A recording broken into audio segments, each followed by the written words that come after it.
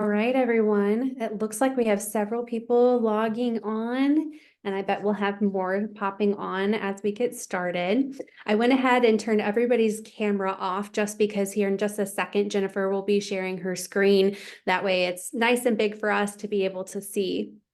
So welcome back to the fourth annual Meaningful Change series. As most of you know, my name is Casey Craig, and I'm the Executive Director for the Acute Syndrome Foundation.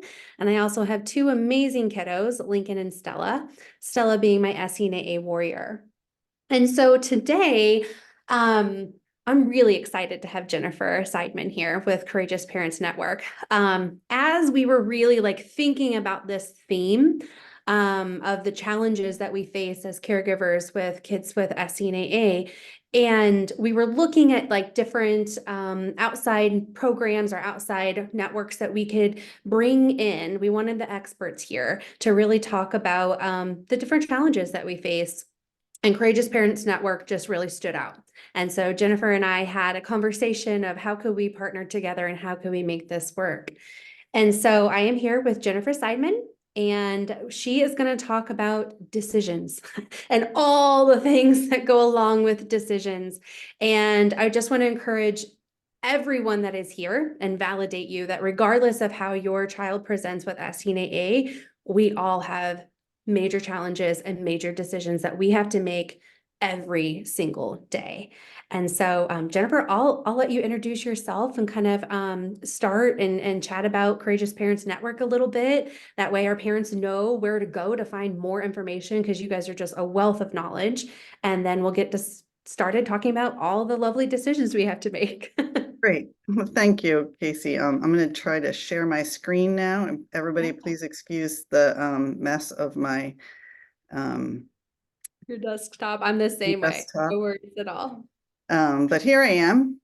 So I thought I'd start by just telling you a little bit about myself and how I got to Courageous Parents Network and the expertise I bring. I'm the mom to three, and my middle son, Benjamin, was diagnosed at the age of 15 months old with a lysosomal storage disorder called Sanfilippo syndrome. It's neurodegenerative. We swim in the same pool, if you know what I mean. About a year after my son Benjamin passed away, he passed away at the age of just a month shy of his 18th birthday. And that was 10 years ago now. My husband and I were interviewed by a woman named Blythe Lord, who was starting a small nonprofit. We'll talk about that a little bit more in a minute.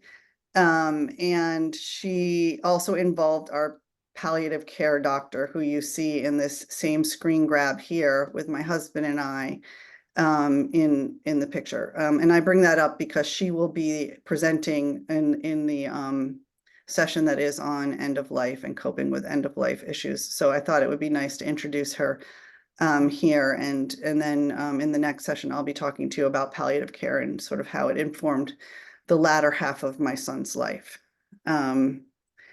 So let me tell you a little bit about Courageous Parents Network, just so that we can frame this. I really come to you as a parent today, but a parent who has spent the last 10 years of her life listening to and learning from a lot of other parents and learning from a lot of other clinicians and providers that Courageous Parents Network interacts with. So what are we?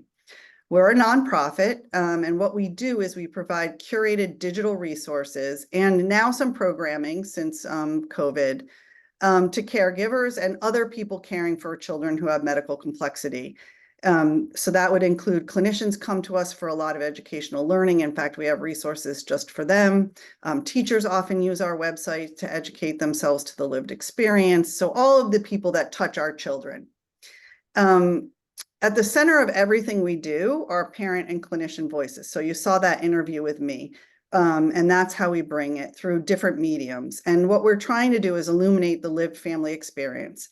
And at CPN, we focus on the psychosocial and emotional needs of parents, and also the promotion of palliative aware practicing of medicine, and trying to help parents develop their own internal palliative voice. Our resources include an extensive video library like the one you just saw of me. We have parent-generated blogs. We have guides on a lot of topics that are all professionally reviewed. Specifically, we have a lot of guides on interventions like feeding tubes and trach, and they're less of a how-to than a lot of things that you might find on a medical website, and a more to how do I feel about this and how do I make the decision. We have something called pathways, which are sort of little learning curriculums that you can take on different topics like tending the siblings. And as I said before, since COVID, we started doing monthly virtual events. They are free and open to anyone. And we actually have one coming up. I think the date is June 6th.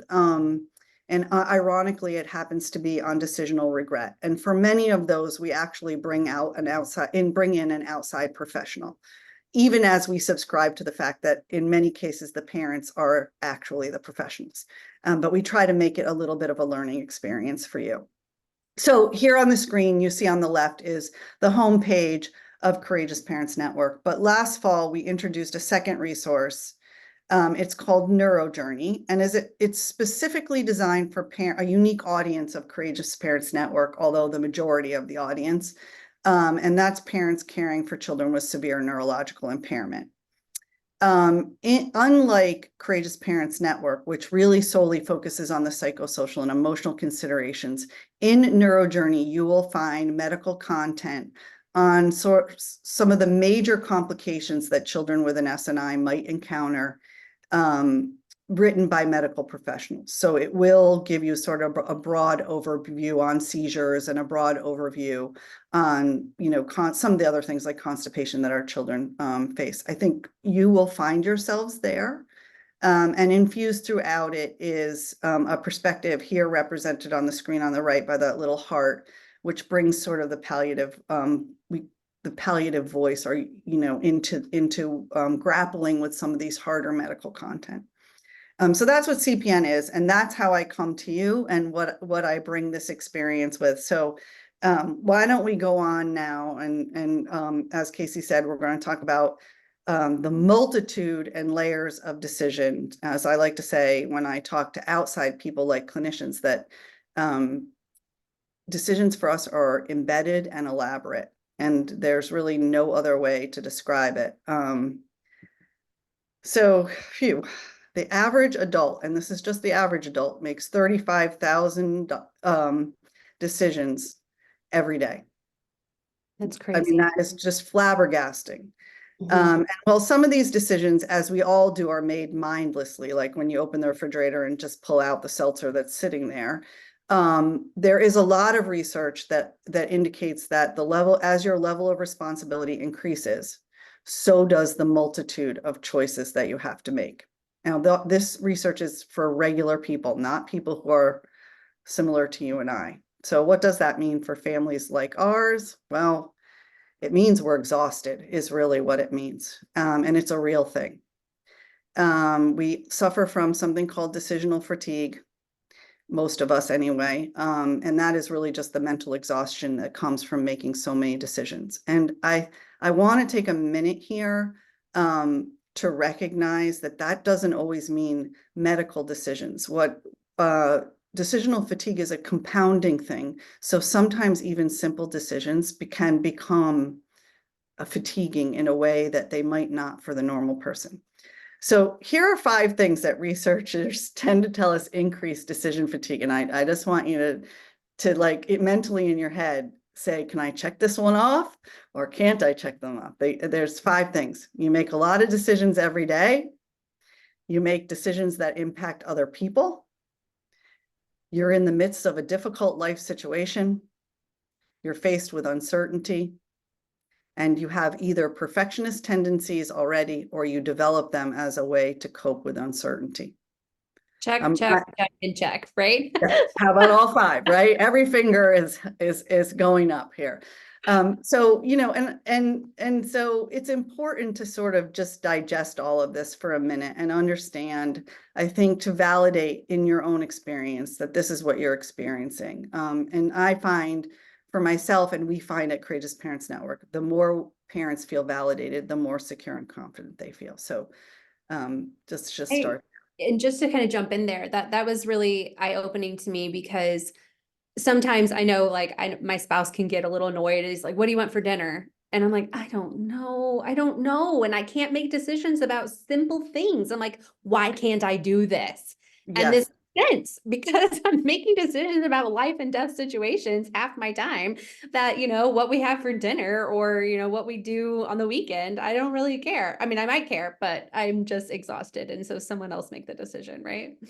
Casey, I'm glad you brought that up, and I actually have something about that later on, but we'll just talk about it for a minute now, because this is one of the things when I'm speaking, a lot of times I speak with companies who are interested in helping patients, biotech companies, or as I said, we speak to a lot of clinicians. And sometimes I speak to audiences that include the people that surround us, so the grandparents and the friends. And what I try to say to them is asking a simple question like, what would you like for dinner tonight? Or can I bring you dinner Thursday? What it does to the person who is already feeling and experiencing decisional fatigue is it puts the burden of the decision back on them. And so in reality, it might seem generous for somebody to say to you, can I bring you dinner on Tuesday night? It often puts that, it feels like another decision has come on to you, and that feeling just compounds all the other ones. And I say to people, instead, try to say it like this. I know you make a lot of decisions every day. Let me help you make one less. I'll bring you dinner on Tuesday night. Now, the same thing has been achieved. You're going to get dinner on Tuesday night, but you've also gotten validation from the person that you make a lot of decisions, and an acknowledgement of all that's going on in some, cursor over something silly like dinner, but you're getting that acknowledgement that you need. And the same outcome is happening, right? You're getting dinner, and you can say, Tuesday night's not great for me, but how about Thursday?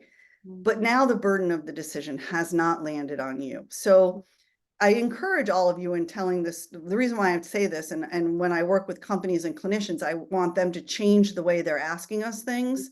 But I encourage you to help the people around you understand that lesson too, because it's not that hard for the grandparents and the babysitters and whoever is helping you to reframe how they ask you, and it can make a big difference. Definitely. So one of the other things that factors in, and this is part of it and part of what goes on in families, like between you and your husband, Casey, and we've done some research at Courageous Parents Network. We're 10 years old now. We try to do some research every 3 years. That illustrates, and what we've unearthed is that families experience this cycle of three, we named it sort of as 3 inflection points, or 3 different transition points in your life. The first one is when you orient. And of course, for all of us, that biggest time was when we were facing the diagnosis of our child, right? It's a huge period of adjustment, but orientation can be other things, like when your child experiences a new medical development, a change in their baseline. It could simply be something like a school transition, which really isn't simple for our children.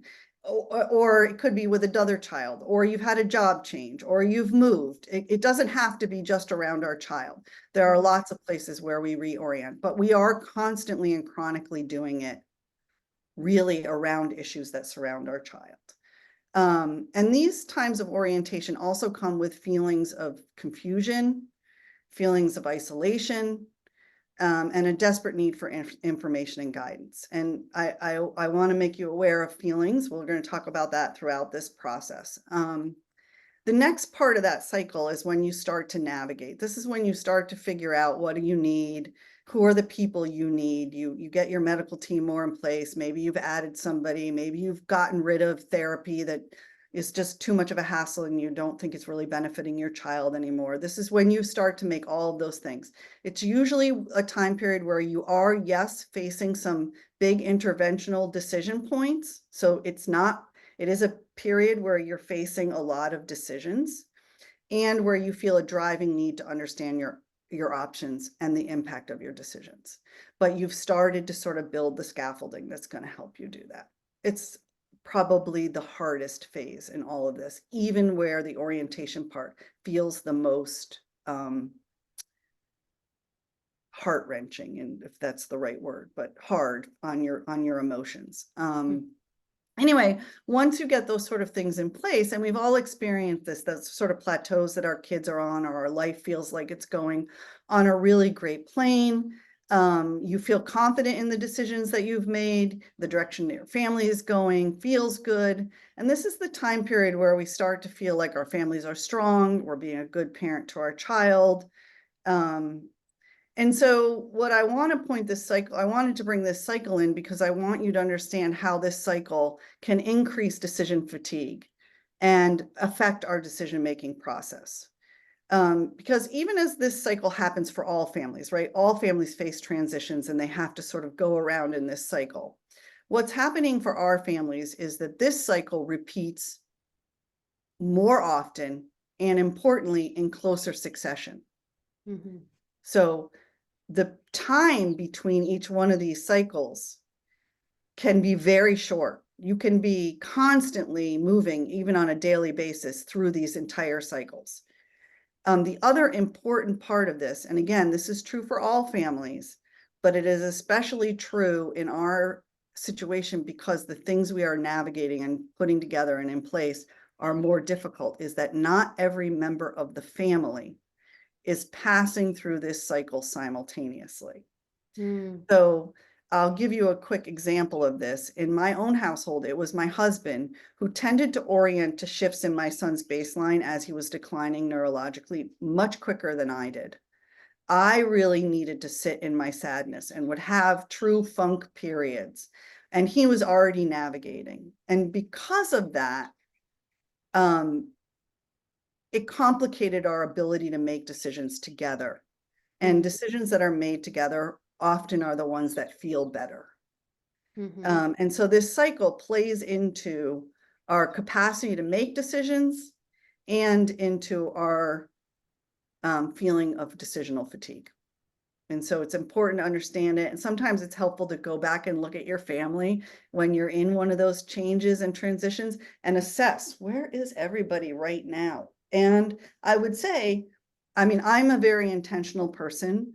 And through my work at CPN, I have learned the importance of being intentional. But even to have these conversations to say out loud, I see, I could say to my husband now, I see that you're already navigating putting things in place right now. I'm still over here sitting with the fact that I can't get over that this is my new reality.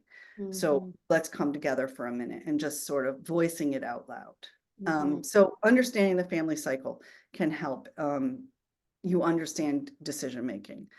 So I want to just show you this video. It'll give you a little flavor of CPN and also sort of validate that family cycle. I should mention that Nikki, the mom here, has So two this medically crazy life, complex does it ever children. stabilize?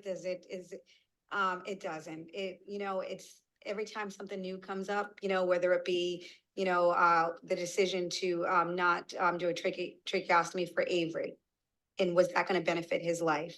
Does that get, to finally make that decision back then, that was a huge decision for us. And once I make that decision, it's set in stone, it's in his hospital records, you bypass that. Then, life sets in again. Then another decision comes up. He's got this scoliosis, it's 90%. And if you do back surgery, will he even survive the surgery? And because he's only 9 years old, every 6 months you have to do the surgery. And so then you have to make a decision that is it worth the rest of his life, what little life he has left, to keep on putting him through this? So then you make that decision and you feel like, that was another hurdle that you've gotten over. And then you've got Isaiah. Isaiah had a severe bus accident over the summer. He was on his bus and they didn't strap him down and he flipped over on his head and broke a hip and knocked unconscious. And he had to step back from that. So then you have to now deal with that. And so there's always, between one kid and the other, there's always a setback. And you get through that hurdle and you just do it again and you do it again. So you can see, this is the cycle we live in, right? And sometimes it just helps to hear another parent say it out loud. Again, validating. One of the things I say to people about The videos on CPN is it's a way to try on a different hat, see which parent looks like you, sounds like you, offers the advice that you need. So you'll see a few throughout today. I did want to take a few hot seconds to talk about some of the signs of decision fatigue, because they do play in, and recognizing when they're playing into your life is an important part of saying, hey, is this something that's different, or is this a result of me having to make so many decisions? So obviously we can all get physical manifestations, we all get tension headaches, but some people go to the extreme. In fact, my husband developed a series of body twitches for a period of time that were distinctly related to an intense period of decision-making for my son. So it's important to be aware of the fact that these can come from something that seems as obtuse as needing to make a lot of decisions. Obviously, we all suffer from exhaustion and brain fog. We've all had that moment. Brain fog usually clears for me if I get a good cry in. That was the way I processed it. Again, understanding when these symptoms come, how you process can help you in future decision making. A big one is procrastination or decision avoidance. And honestly, I'm going to be truthful, and this is a whole nother presentation. This is a byproduct of decisional fatigue that I often see in the siblings more than the parents, but it happens. And this tendency to have avoidance more is reinforced because of our already existing sense of isolation. So sometimes it's avoiding the decision, but sometimes the tendency to just be avoidant because we self-isolate in a way, or because our lives are so unusual. So I wanted to bring that one forward so people are aware of it. Impulsivity can happen. Like, I know for me, if I had a really intense decision day, I went to TJ Maxx and bought stuff I didn't need. That was impulse buying. It just helped me feel relief from the fatigue. So paying attention to that can help you. When if you're like me, when I get in the car now, I try to ask myself, do I really need this, or why am I going? Irritability. Obviously that can happen. And this is where I was going to talk a little bit about what we've already talked to about people asking you things like, can I bring you dinner? I was often really irritable in those situations. And again, it's because the burden of the other person suddenly becomes yours. You know what? We all feel overwhelmed. I'm sure we do. And I want to say that it's important to pay attention to your sense of overwhelm. It is actually something we do an entirely different presentation on at CPN. So it's a whole body of things that we can talk about. But today we're really gonna explore a little bit more of the last one because it is so connected to decisions. But regret, and that's when you're still ruminating about a question, a decision you made, is often a byproduct of a decisional fatigue, because it makes sense, right? The more decisions you make, the more opportunity you have for regret, right? So they kind of go hand in hand. So let's just clarify a little bit about regret today, just because I'm sure it's the one that weighs heaviest on everybody. But regret is when you say, I wish I had, and you imagine a different, and this is important, you imagine a different outcome that might have happened if you had made a different choice. And the real reality about decisional regret is that it can only be experienced in retrospect, when you have already made a decision and when the outcome that already happened simply can't be changed. And decisional regret can be experienced immediately after a decision. And unfortunately, it can also creep in years after decisions have been made. And that is sometimes the hardest part. As a bereaved parent, I do tell you, I go back sometimes and revisit some of the decisions that I made. And there is a lot of research that indicates that there is a very strong relationship between regret and what we at CPN call messy grief, or grief that is very complicated and hard to be resilient about. Decisional regret can bring in a flood of previous losses or previous regrets, and it's important to recognize that they don't necessarily have to be related to that particular decision. So it may in fact be the case that you regret something about I picked the wrong sofa and I don't like it. And all of a sudden, that feeling of regret will bring back all of the other complex feelings you had about maybe more critical decisions than your sofa. So thinking about that when it's happening to you is really important. Again, be intentional. Jennifer, this is so validating. Like I got teary-eyed just like reading this and thinking about it, because I think it has weighed on so many of our hearts. And it's like this faucet that might just start as a drip, and then the next thing you know, you've just came unglued, and yeah, you're upset and feel like you've not made a right decision your entire life. So it is extremely validating hearing you talk and just even looking at these two definitions here. Yeah. So let's talk a minute about, decisional regret's best friend, anticipated regret. And that is sort of the fear of like, what if I don't make the right decision? Okay. And you are so fearful that it's paralyzing and you begin to avoid things. But the real reality is, to cope with either of these types of regret, it really involves these things. You need to acknowledge early and often that the situation that we are in is imperfect. And I would say, even almost say that to yourselves daily. The situation I am in is imperfect. In many ways, it is out of my control, and I am likely to make some imperfect decisions, and it's okay.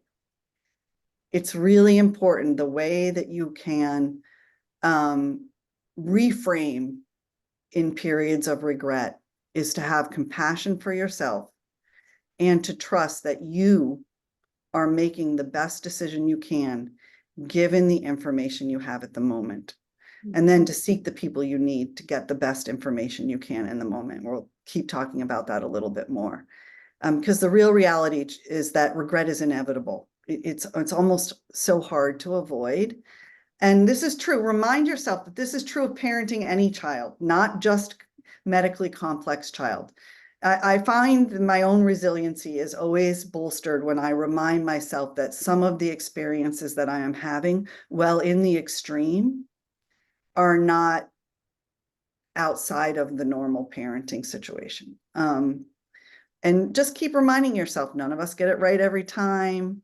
In this next video I'm going to show you, you'll see a psychologist and some parents talking about the fact that there's no crystal ball to predict what's going to occur. So in some ways, the best thing you can do for yourself as a decision maker is have belief in your own self-competence to make those decisions, and that you are doing the best that you can.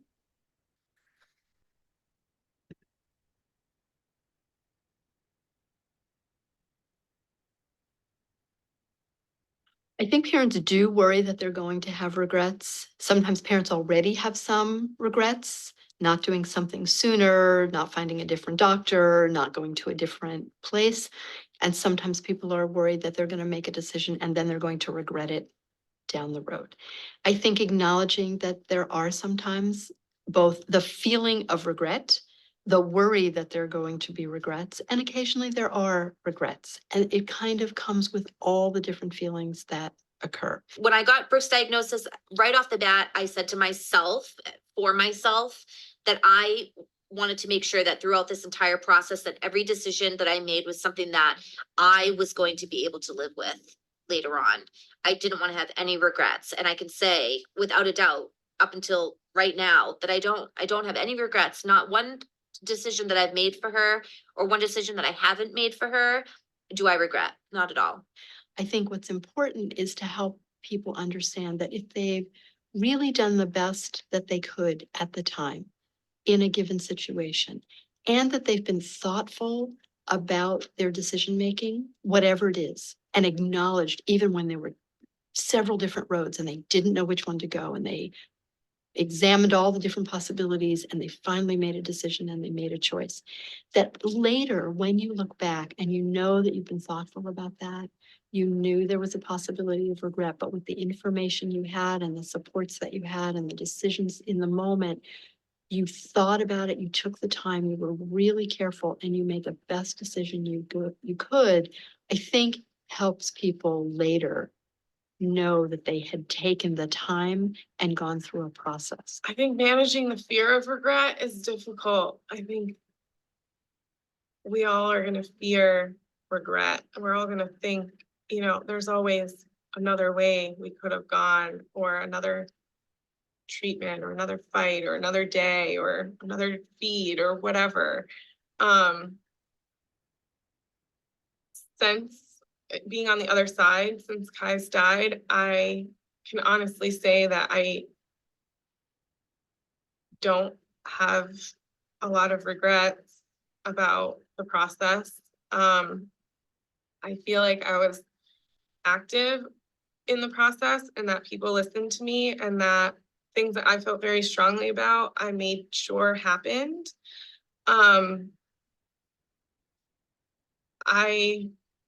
One of my biggest fears, I don't know about a fear of regret, but one of my biggest fears was pushing treatment too long for his quality of life. And as difficult as it was to stop treatment, and as much as I guess at the time I probably did fear regretting that, I did not regret it. I think more than anyone what's right for your kid and your family. And no matter what the decision is that you make, it was the right decision that day and that moment. And that is really all that matters.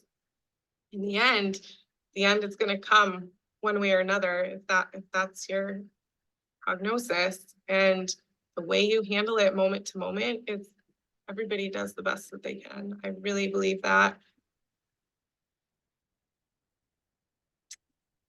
So, Nancy talks a lot about being thoughtful in your decision making, and we're going to talk about that in a little bit, but I really want you, and I know it's hard to hear Carrie talk about, her son Kai and stopping his cancer treatments. But what I hope you really heard in there is that from the other side, she has faith that she believes she made the right decisions. And that comes with practice and intentionality and thinking and knowing what you want for your child, regardless of the outcome. So I hope that bolstered you. But if you're anything like me, you don't just want to hear the validation. You want to say, what can I do a little bit about all of this decision-making thing? And so I wanted to give you a little bit more learning about what goes into decisions and a little more a way for you to think about it and be intentional. And one of the big things to think about is, what kind of decision maker are you? We all come at it with different styles. And here are the sort of three main styles of decision makers. If you do go into like business decision making research, you'll see that there's like a few more, but the ones that are really best describe, I think, the situation that we are all in is that planner who explores all the options before making a decision. They'll generally take as long as it takes because they want to make sure they've been super, super, super thorough. The seeker rarely makes decisions without consulting others. However, they are the person that most often thinks of the future, interestingly enough. And then there's intuitive people who seem to have a gut sense of what to do and the confidence without input from others. And they generally are not the people that dwell on their decisions. And I will say to you, you might have one primary style that you lean on, but sometimes you can fluctuate in and out of other styles, particularly as you evolve with your child. One of the best ways that you can try to sit down and figure out what kind of decision maker am I is to look at past decisions. Just think about a past decision that you made and see which one of these descriptions might best fit you. I'd also encourage you, as you're thinking about that and the process that you went through, because process is very analytical, to also think about the feelings that surrounded that decision and the ones that came out for you as you were doing it. And we'll talk a little bit more about that in a minute. But I thought it would be helpful if I gave you a little bit of an example of how this can help. Knowing what kind of decision maker you are can help in relieving that decision fatigue. My husband is for sure 100% a planner. In fact, I'll tell you that we lived an entire year, the first year of our marriage, without any kitchen chairs at our kitchen table because he could not decide. He felt like he needed to sit on every chair before we could buy one. Now, that's really not that important in the grand scheme of the really big kinds of decisions that we have to make, but it was a way that we understood what kind of decision maker he was. And it played itself out in a lot of other things. It still does today. So when it came time to make the decision about whether or not we were going to fuse Ben's spine, which was probably the biggest decision my husband and I ever had to come to, we both knew that he was going to have to thoroughly research any alternatives, and he was going to have to seek multiple opinions. And so since we already understood that his decision-making process needed all of those things, we could sort of get over that hurdle and figure out how to get towards it. So we were navigating a little sooner than we might have without recognizing what kind of decision maker he was. Alternatively, my husband understood that I am largely a seeker. I wanted to speak to parents, a huge amount of parents who had faced the decision and hear about what their choice was.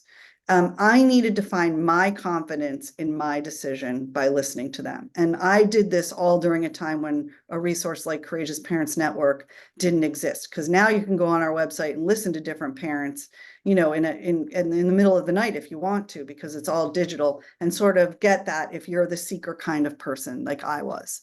But knowing and understanding each other's styles helped us to support one another. And this is the critical part, for the decision to feel shared. Mm-hmm. I learned to be patient and appreciative while he asked that list of questions to a bazillion clinicians or stayed up late at night doing research. And he learned when to weigh the lived experience over the medical facts. And that was hard for him. It wasn't his tendency. And he learned to remind me that sometimes I needed to listen to my own internal voice, not the voices of all those parents whom I was seeking advice from. And in this process of understanding what kind of decision makers we are and working together to make the decision shared, we also began to develop our goals of care for our son and really hone them. You're all developing these as you're caring for your children right now. But the honing of them and the revisiting of them and the reminding of them and the decision makings through them became critical as my son's neared the end of his life, to be honest with you. And so I encourage you to look at what kind of decision maker you are. Another thing. Oh, Go I'm ahead. sorry. I think you were just getting ready to say it. I was thinking too, it might be important to, once you find out what type of decision making you are, is to share those with maybe your primary doctor or whatever, because I can already tell that Stella's main neurologist knows that she's going to have to present something 3 to 6 months at least in advance before I'm ready to make a decision. And so we've just learned that because we've had the same neurologist for 8 years. But I think it would be important, especially when you're starting with a new physician. Yes, it is very important. And this is the whole other part about decision making. It often involves somebody else, especially when you're dealing with medical content. So there's somebody else delivering the information to you, and the way that you process the decision can be influenced by the way the information is conveyed. And there's a lot of research, again, that says as humans, we tend to make sense of information based on how it's presented to us. And so generally, we all have a style of information delivery that we prefer, you know, and it's complementary to our decision-making style. I tended towards needing a curator, or later in life, and I can, maybe we should talk about the kind of people are. The physician that's a curator is the one that stands in front of you and says, this is what you need to choose. This is the right answer. And sometimes in a decision, there is only one answer. If your child breaks their leg, you're going to get a cast, right? There's just one answer. There's not. But the curator just, you know, gives you that specific answer. The teacher kind of goes through all of the choices, every single thing. These are all of the options. Some teachers deliver it like that, and then they flip over to curator and tell you which one they would pick. Other teachers just sort of lay it all on the line. They flush out all the options, and then they let you make your own choice. And then the last is a doctor or a physician that's sort of a guide. And this is a person who generally takes into consideration, Casey, as you said, what is your decision-making style? They are keenly aware of your goals of care, or that goals of care matter. So they're sort of listening to you, and they're moving you through a process. And they're making the decision more less linear and more of a sort of a trail and path. And so, like I said, I tended to need I tended towards wanting somebody who in certain situations was going to be a curator. And that's because the voices in my head got too crowded. But as decisions got more blurry, I definitely wanted a guide. My husband almost always wanted a teacher. You can tell that from the fact that I told you what kind of decision maker he is. So why is it really important to understand what kind of communication style is complementary to you? Well, first of all, it can make you feel more confident in asking your clinician to adapt the way they're delivering information. You can say to them, I see that you're trying to give me all the options, but what I really need you to do is first listen to what I need. I needed the guide. I didn't need the teacher. Or you could say to the curator, well, I understand that that's the preference that you have, but can you tell me all the other options instead of just telling me the one you think I should do?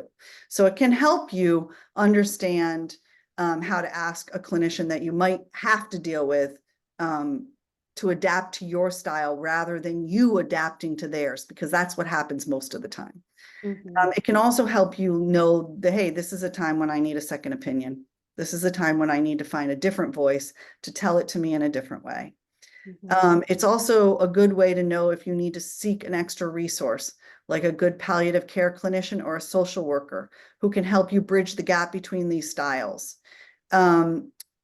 When we were deciding to fuse my son's spine, we really needed that interpreter, that person who could come in and sort of talk doctor to doctor with different doctors, but also talk to us in the way that we needed to talk to somebody.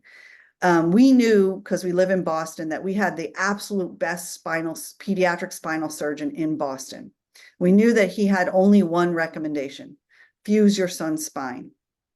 But we also had this sense that in saying that, he wasn't looking at the whole of my child and everything else that was going on. And we needed a guide, someone who would see that whole guide, listen to all our worries and wants, and more importantly, help us puzzle until we got to the choice that we could feel good about. So understanding what kind of the doctors and the people across, it could be your child's school teacher too. Like, you get these communication styles everywhere in your life. It's just more critical in the medical way. And looking at a doctor and even assigning it to them, say, hey, I see that you're a curator. You're trying to tell me only one option. I need to hear. I need the teacher. I need all the options. Can open a dialogue that you might not otherwise have had. So I encourage you to sort of think about your clinicians and what they might be. And the reason why I do this is because there's a whole lot of, again, evidence that shows that when decisions feel shared, we have more confidence in them. When we have more confidence in our decisions, we are less likely to experience regret.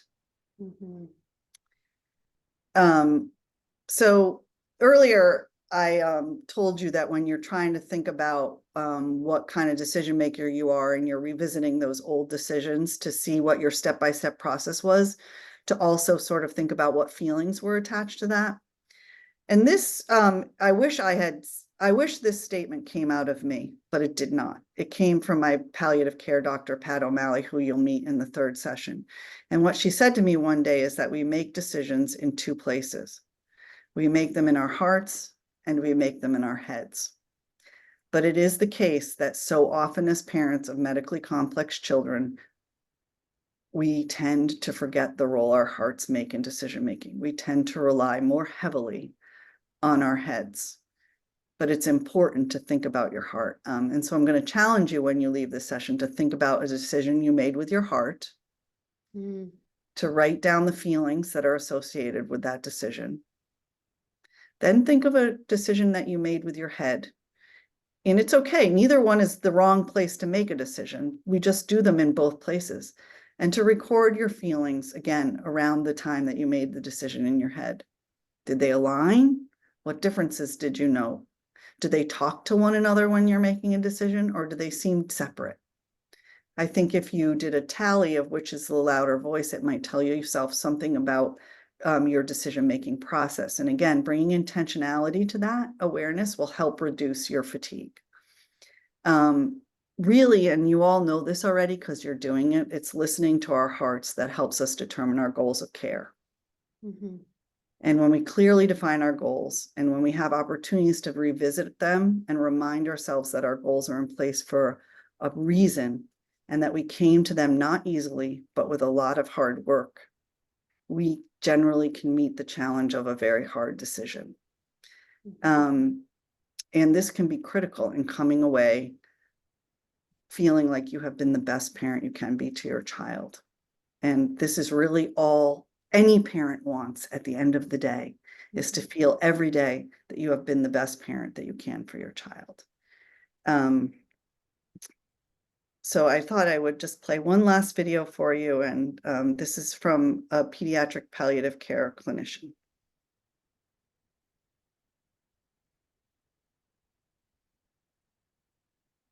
There's sort of two pieces. I think that you start by talking about, what do we know now? What are the things that we actually know? And what are the things that in this moment that are going to help us make the best decision we can with the information that we know now? And just kind of step back and say, when you think back on this decision in the future, these are the things that you're going to remember, and list them off together. And this is why we're making the decision that we're making now, because we don't know what's ahead. All we know is what we know at this moment. And so in the future, when you look back at this moment, you're going to remind yourself, this is why we made the decision that we did, and be very concrete in what we know and what we don't know. The other thing I think that can be helpful is that sometimes the reason that, that uncertainty, that fear of the uncertainty, is because it's so vast. It's so big. It feels like it could go any possible direction. And that the fact that it feels like you have no idea what way it's going to go can also be really hard. And so sometimes I find it helpful to be concrete about, let's talk about what it would look like if it went a particular way. Let's be concrete about the possible outcomes and talk about those actual as outcomes, and what we might do, like which one of those outcomes would be unacceptable to you, and how the fact that there's an unacceptable outcome to you, how does that inform what we're deciding today? Are there situations that would not be acceptable to you? If your child were to need to live the rest of their life in an ICU, is that something that would feel acceptable to you, or is that something that's unacceptable to you? If your child were to need recurrent surgeries for this particular issue, is that something that's acceptable to you? Because there are situations where sometimes I think of a situation where a family was trying to decide about whether to do to test for if their child was aspirating. And so I said, well, let's take the forward view. Let's imagine that you had a positive test. Would you act on that positive test? And sort of fast forward. And so if you're not going to do anything about a positive test, why are you doing the test? Because all the test does is give you something concrete to worry about. And so thinking one step ahead, or if you're thinking about, if you're going to do, if you're doing a test for something, or you're investigating something, what are you going to do with that information, and how will that information be helpful? Can be a really important piece to your decision whether or not to accept that investigation. Yeah. Yeah. So what type of conveyor do you think Dr. Nelson is? Well, if you said guide, you're absolutely 100% correct. And the conversation that she just described is an example of what is called in the medical community a practice of shared decision-making. Now, to be sure, I'm sure you've heard that term before because it's been bounced around lately a whole lot. And it is a really complicated process and one we go for, you know, we try to achieve. And as I said to you, we usually have more confidence in decisions when they feel shared, but it is actually in the medical community a process that clinicians try to practice. And it, you know, it's a two-way process. So it's interpersonal and interdependent, and it's collaborating. And that's all of these bullets here, where parents feel that there's space to give and receive information, that your priorities and worries and needs are heard. And you heard that in Dr. Nelson's. You can ask questions without feeling embarrassed or threatened. Providers definitely respect you as the advocate and expert on your child because you are, and that you know the relationship in them intricately the way they never could. And options are presented to you in a way that you can revisit them if you need to. And as Kate said, sometimes it helps to go back and look at some of the prior decisions that you've made. But the real reality is that truly sharing in a decision is hard, because any decision-making process, each participant, as we've said, will understand and respond to what is occurring in their own way. Each is going to bring their own experience and communication style and perspective to the table. And so truly sharing in a decision is hard. And all of those things we've talked about earlier, intentionally thinking about what kind of decision maker you are, identifying who the people that are helping you make decisions, what kind of information conveyor they are, or in some circumstances, like with your spouse, it may be helpful to know what kind of decision maker they are. All of these things, if you go back and you look at them, can help you minimize your fatigue that you might be feeling in decision making, and certainly mitigate the likelihood that you will experience some regret from a decision that you're having. So I hope that seeing Kate, also the palliative care clinician, gave you a little more encouragement about attending our next session, which will focus on palliative care. And we'll really talk a lot about how a good palliative care provider can help you in your decision making. That's just one of the benefits that they bring to many families. I'm really looking forward to our next session as well, because I feel like there's this stigma on palliative care and what that looks like. And I'm glad that we're going to talk about that in a way that's feels safe and feels like we can really ask questions and be curious about it, instead of immediately going, no, I don't want that. Yes, and I'm going to bring another parent who works with us now at Courageous Parents Network, who will offer a perspective that will differ from mine. So importantly, so I know that today, and unfortunately, this is true of a lot of things we talk about in the rare disease experience, that I didn't provide you with a silver bullet on how to resolve your decisional fatigue, and I wish I could. But the real truth of it is, it's just a reality of the way we live. But I hope first, by acknowledging that it's a real thing, that you are experiencing it, validating the symptoms that come along with it, making you think a little more intentionally and thoughtfully about how you make decisions in the process and how it goes for you.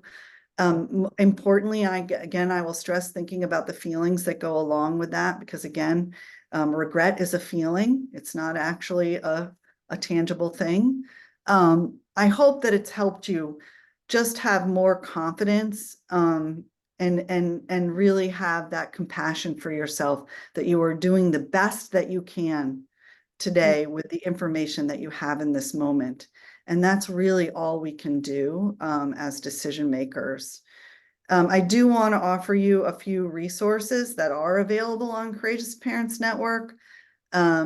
We have a great tip sheet. It's a really quick read on goals of care and what they are and ways you might think about them, maybe that you're not thinking about them. We have several guides. I pulled out here the one on decision making, which is the orange one.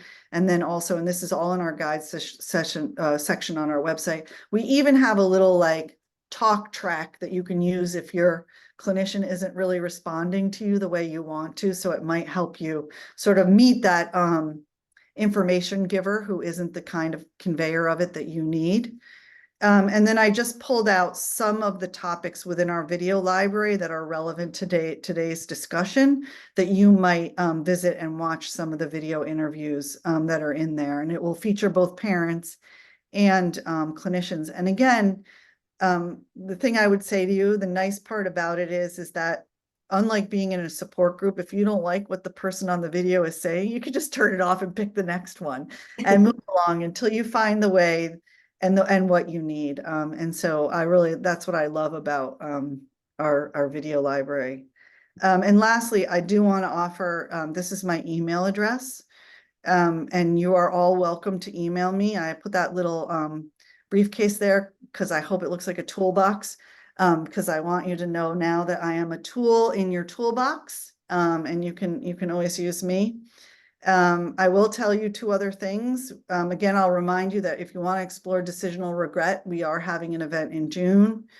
We do have an app, so if you just want to do this when you're doing, carpooling or whatever else you're doing, you can do that. And I would encourage you to actually join. It's the little button that says connect on CPN, because you'll get a newsletter from us that will tell you about, events and things like that. So you don't have to keep checking back at the website if you don't want to. We only send 2 a month, so we try not to be too onerous, but it also gives you an opportunity to share videos or save videos that you like and might want to watch again if you join. So you can create sort of your own little section.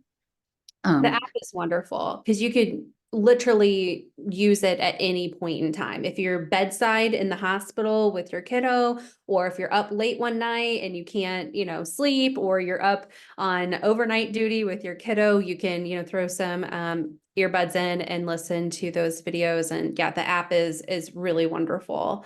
I also wanted to just throw in here too is one thing that I absolutely love about our support group. And I have continuously seen where parents are either seeking advice or, saying, hey, what was your thoughts on this? And from what I've seen, there's been no judgment. And I absolutely love that about our group, is that we know that someone else's decision may not be what we have chose, and that's okay. There's no wrong answer or wrong decision, right? And I love that we can continue to do that. And I was going to mention too, when the last speaker was talking in her video about reminding yourself about why you made that decision. In my head, I'm like, I need to journal. I need to write down in a journal when we're making a big decision and why we decided to go that route, because I have a feeling that if something happens and it doesn't go as planned, I'm going to fall into that decisional regret real easy. And so if I had that journal to go back and really look at that and go, okay, no, we looked at this, we thought about it, and we made that decision with love and with all the information we had, available to us. So it can be a very good, and palliative care physicians will do this often with patients, reminding them of their goals of care or revisiting why they made a certain decision. What were the steps that they took? Because often when you lay it out and you see the steps that you took, you can go back and say, oh, well, I actually did the best that I could in that moment. I did all the right things, and you can see it. Because again, remember, regret only comes when the outcome wasn't the one that you actually had envisioned, right? And so there's hopes attached to all of that too, but when you can see the process, so it is a good practice. It's one that later in my son's life, my husband and I got very good at doing for one another.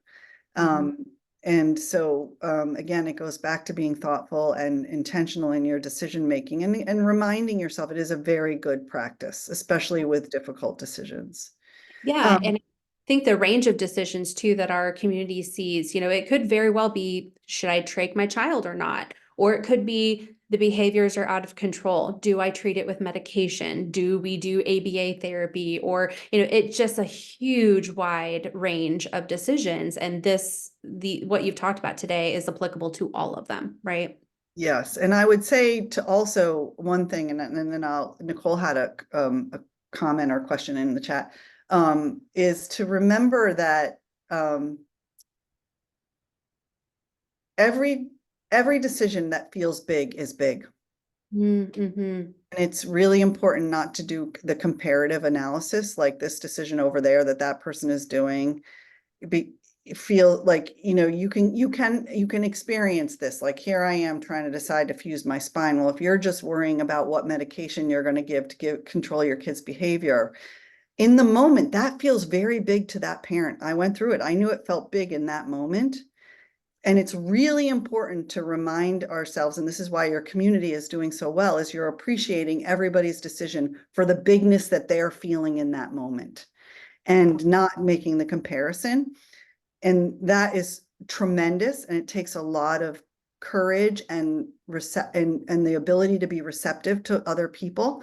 But it's also important to have that same grace for yourself, to remember that it doesn't matter if it feels like a big decision, it is a big decision.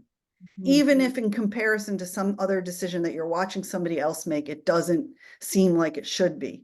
If it feels like a big decision, it is a big decision. I love that you said And that's that. why I encouraged you all to not just think about the process, but the feelings that are going along with it.